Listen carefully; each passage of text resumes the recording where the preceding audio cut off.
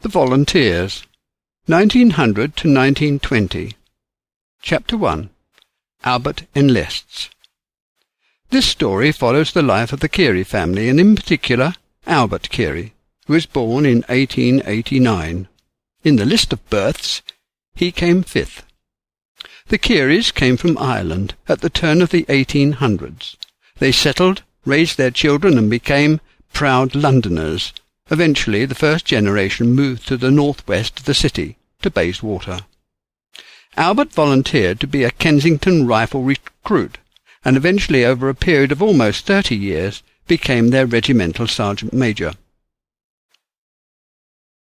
The country in the late 19th century was defended by a small standing army and militia, a body of troops raised from the citizens by voluntary enlistment. In ancient times it was a force raised by the Lord Lieutenant of a county for the sovereign, to be on hand at all times of invasion, rebellion, or similar emergency. The men were to keep themselves available and serve for 6 years. Training was to be for 24 days annually, whilst providing their own arms and equipment. Initially, the Lord did this by detailing off 100 men from his estates, placing them under the command of a captain. This recruitment was achieved by compulsion, but later the body of men were volunteers. The final acts of the militia were in the Crimea War, followed a little later by the South African Wars. Thereafter the militia was superseded to become a more professional force of trained volunteers, and this came about in May 1859. After the Crimea War, the government realized that the country had insufficient forces available to defend the state. It was decided to have a volunteer force made up of 3 part-time corps of infantry, gunners and engineers. It didn't take long for this force to be considered an important part of the nation's defence. On April the 29th, 1859, war broke out between France, under Napoleon III, and the Austrian Empire, the Second Italian War of Independence, and there were fears that Britain might be caught up in a wider European conflict. Lord Truro, one of a number of aristocratic country landowners, raised the 4th Middlesex Volunteer Corps, West London Rifles, based at Islington. He maintained command for 20 years. The 1st Middlesex, Victorias, and the 2nd Middlesex, the South, were raised by Lord Ranelagh. All 3 were to prepare for this possible encounter. 2 years later, many of these isolated bodies of troops were amalgamated into battalion-sized units, and by 1862 the government issued a grant to provide headquarters, drill halls, transport, uniforms and equipment. Later the government, appreciating the worthwhileness of the scheme, removed the financing from those of county precepts to a national commitment. And to carry out the reorganization of the Commission, the Volunteer Act of 1863 was announced, whereby each man was to offer their services to Her Majesty through the Lieutenant of the county. An annual inspection process, overseen by an officer from the regular army, was put into place, and the standards set by order of council. In 1872, the Secretary of State for War, by the Regulation of the Forces Act, ordered the jurisdiction removed from the county lieutenants. The Childers reforms of 1881 nominated that the new Rifle Corps should be volunteer battalions of the new county infantry regiments. Childers set about ensuring that regiments were henceforth made up of 2 battalions, one based at home and the other overseas. The intention was that there would be always a body of troops capable of responding to an emergency. These changes took a further 20 years to be completed, including adopting a standard dress and designated names and badges. The volunteers now numbered 250,000 men, and this reserve force incorporated the militia, the county regiments, the yeomanry, the mounted infantry, and the volunteers, the urban regiments.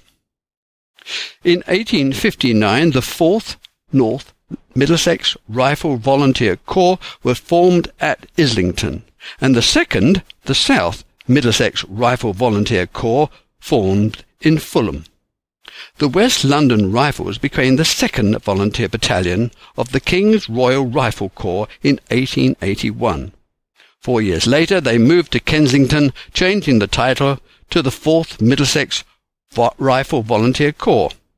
A further 6 years saw its title changed yet again to the 4th Middlesex West London Rifles Volunteer Rifle Corps. The stimulus for all these changes was the South African Wars of 1899 to 1902. 3/4 of those that volunteered were declared physically unfit, and to fulfil the duties of a soldier, this shocked the Home Office. A call was made to recruiting officers throughout the land and the Inspector General to find out why so many men were in such poor health. The conclusions being the plight of the poor, their substandard housing, and lack of a healthy diet. Both these were considered equal factors. The legislative reforms made by the Liberal government went some way to correct the deficiencies. However, this correction process took another 10 years. In the South African Wars, Britain sustained nearly 34,000 casualties for the cost of £200 million. It was declared that the war had been a total shambles. It did, however, point the finger at national shortcomings. Britain signed an alliance with Japan in 1902, with France by 1904, and Russia in 1907. The formation of the Boys' Brigade by Sir William Smith and the Boy Scouts by Baden-Powell was to improve the physique and mental health of young boys who might, in the future, become army volunteers. Both these organisations and others like them gave the young, especially children in inner cities of Glasgow and London, something to work for and to benefit by. Albert Carey joined the 6th London Company Boys' Brigade in 1900 at the age of 17. The first company was set up by Sir William Smith 17 years before, on the 4th of October 1883. The organisation quickly caught on in Glasgow, and the first company in London started soon after. The brigade's uniform apes that of the army: a white haversack, brown belt, and pillbox hat. The bands of the pillbox hat were pipe-clayed, and the buckles of the belt and haversack polished brass. The lads' conventional school uniform, plus lapel badge and everyday black shoes, formed the basic uniform. Dummy rifles were issued to provide the necessary equipment for drill and parade purposes. All the drill commands and actions followed those of the Army Manual of the 1880s. In effect, the Boys' Brigade, taking boys from the age of 11 to 17, was a valued recruiting arm of the country's military establishment. Sir William introduced camping to continue the boys' association with each other during the school's summer holiday. The Edwardian economy, business structure, and social attitudes rested in part on the philosophy of imperialism, and that was about benevolent exploitation and economic advantage. However, what marks the period was the direct intervention by a small number of well-meaning individuals to improve the social and economic opportunities for all. Britain's population in 1901 was 42 million and growing fast.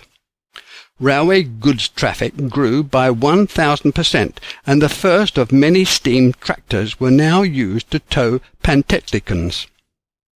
The number of carmen, carters and carriers grew in London to over 250,000, and the delivery of coal and heavy equipment soared. In 1903, Joseph Chamberlain used the imperialistic mood in the country to suggest a series of tariff reforms. Over 6 million frozen rabbits were imported from Australia. This and the import of wheat just two of the items which undermined British goods.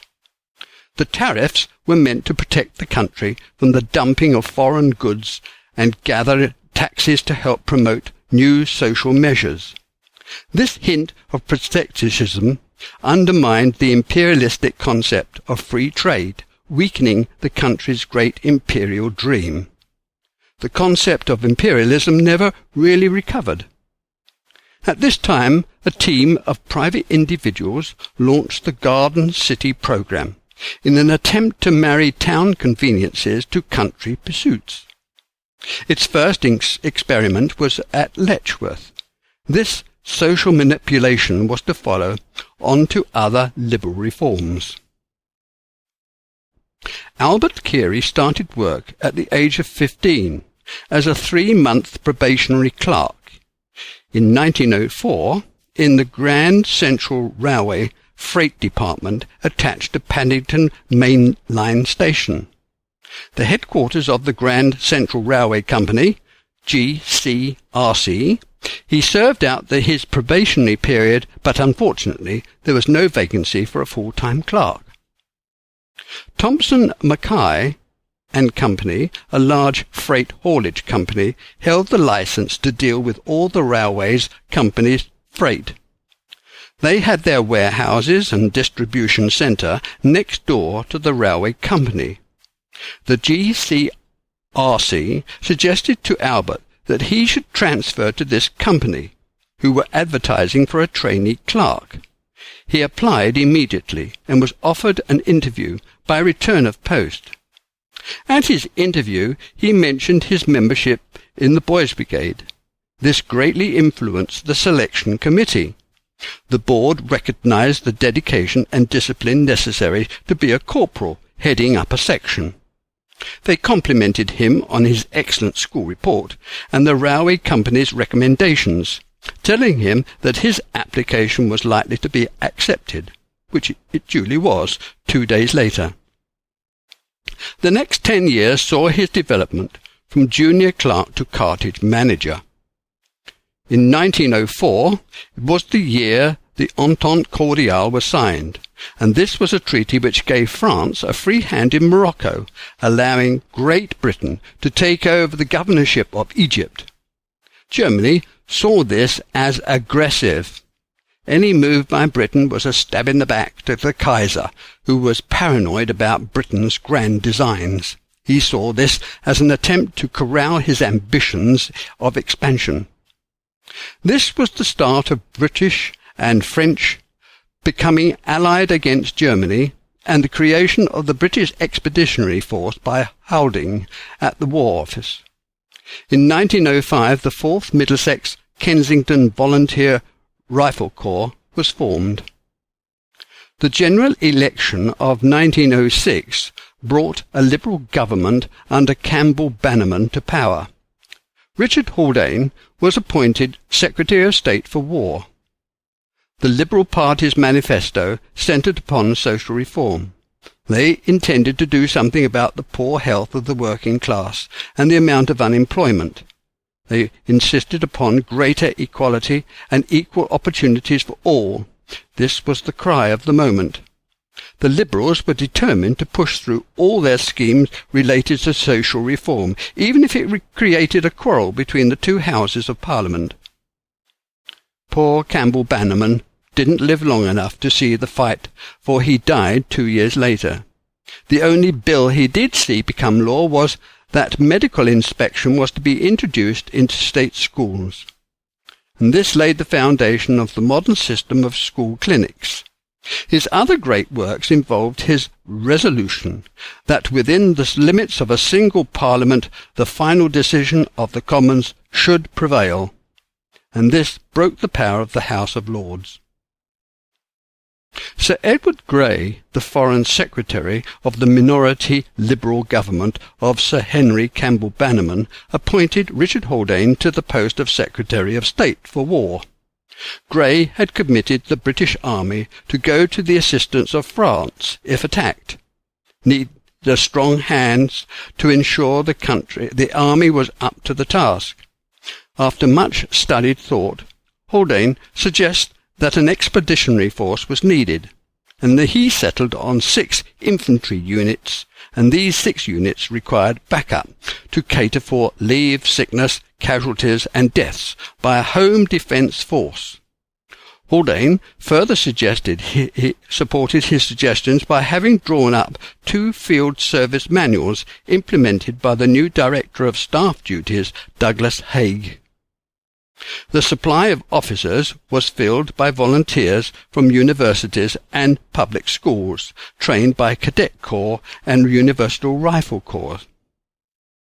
It was realized by Chancellor St. John Broderick that the army was not capable of fighting a protracted war without the support of additional troops, and volunteers had to be brought in to fight in the war.